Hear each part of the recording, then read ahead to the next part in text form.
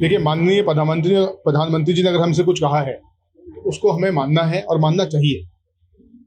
मैं लोगों से अपील करूंगा, कस्टमर से अपील करूंगा कि वो मैक्सिमम ओल्ड गोल्ड लेके आए, पुरानी ज्वेलरी लेके आए, उसके एवज में नई ज्वेलरी खरीदें। नया पैसा कम से कम जितना हो सके कम से कम इन्वेस्ट करें, क्योंकि देश हित में हमें सबको काम करना है। लेकिन मेरा एक प्रश्न प्रधानमंत्री जी से भी है कि 1 साल तक उन्होंने कहा ज्वेलरी ना खरीदो, तो 1 साल तक जो 5 करोड़ जनता इस कारोबार से डायरेक्टली जुड़ी हुई है, उनकी रोजी रोटी के बारे में उन्होंने क्या सोचा? जिसका एक समाधान ये है कि हम लोगों से अपील कर रहे हैं कि अपनी पुरानी ज्वेलरी लेके आए, उसके वजह में नई ज्वेलरी खरीदें। वो पुरानी ज्वेलरी जो लोकल्स में रखी है, जिसका कोई यूज नहीं है, उपयोग नहीं है, वो बस ऐसी ही रखी है, उसके बदले आप नई ज्वेलरी, सुंदर ज्वेलरी, आज जो चलने वाली प्रचलित ज्वेलरी है, जो ट्रेंडिंग ज्वेलरी, वो बनवाइए।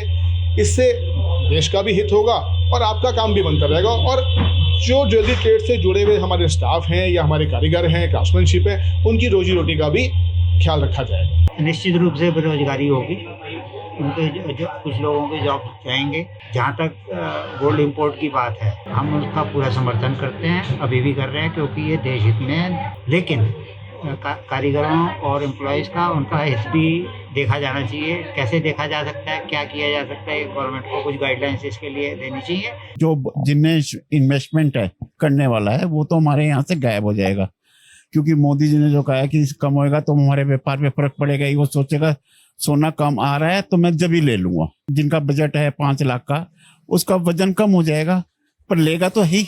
बाजार बिल्कुल साइलेंट हो गया, अभी वॉच आउट कर रहा है कि हाँ जी देखते हैं बाजार में क्या हलचल होती है। और एक इन्होंने जो कल मोदी जी ने एक और वो आयात शुल्क बढ़वा दिया है, 16% कर दिया है। उससे हमारे एक कल और आज में 10 हजार रुपये की तेजी आ गई है, जो एकदम हमारे काम में उसको भी फर्क पड़ेगा कि सेल बिल्कुल आज हम सुबह से क्या हो तो बोनी भी नहीं कर पाए।